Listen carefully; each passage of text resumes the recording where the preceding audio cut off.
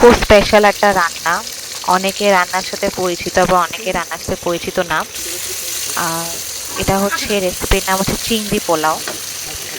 এখানে আমি হচ্ছে কিছু বাদাম পেস্ট, তারপর আদা, পেঁয়াজ কুচি অল্প তেলে দিয়েছিল। এরপর হচ্ছে আদা, জিরা, নর্মাল মশলা যেগুলো আমরা ইউজ করি, আদা পেস্ট, জিরা পেস্ট, তারপর নর্মাল মশলা, হলুদ মশলা। যেহেতু আমরা লাল মরিচ বা শুকনা মরিচের কোনো কিছু খেয়ে থাকি না, আমাদের প্রবলেম আছে, আগেও বলেছি, তো এই কারণে হচ্ছে কাঁচা মরিচটা আমরা ইউজ করি। তো এরপর হচ্ছে আম্মি টক দই দিয়েছিল। টক দইয়ের মধ্যে ঝোলটা ভালোভাবে মিক্স করার পর আম্মি হচ্ছে চিংড়ি ঢেলে দেয়।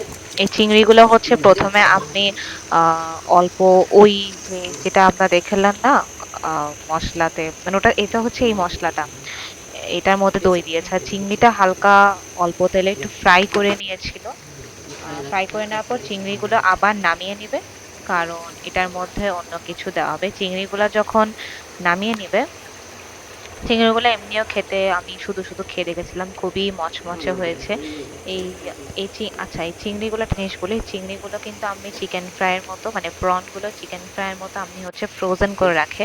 আমরা প্রন টেম্পুরা একবার খেয়েছিলাম। এরপর হচ্ছে আমি ওই ওই মশলার মধ্যে হচ্ছে আমি আহ চালগুলো দিয়ে দেয়। আর এটা হচ্ছে যে পোলাও চাল ছিল। পোলাও চাল সাধারণত আমরা খেয়ে থাকি না, কিন্তু ওই দিন করেছিল আর কি আমি, আমাদের পোলাও চালে অসুবিধা হয়, কম খেয়েছিলাম আর কি। আসলে আমি প্রন লাভার না, আমি প্রন পছন্দও করি না। আহ আসলে আমার বোনের জন্যই করেছিল মেইনলি চিংড়ি পোলাওটা, এবং খেতে খুবই সুস্বাদু ছিল, খুবই মজার ছিল। এখন টপিং হিসেবে করে দিল কাঁচামরিচ, দেন দিয়ে দিল হচ্ছে পেঁয়াজ বেরেস্তা করে রেখেছিল।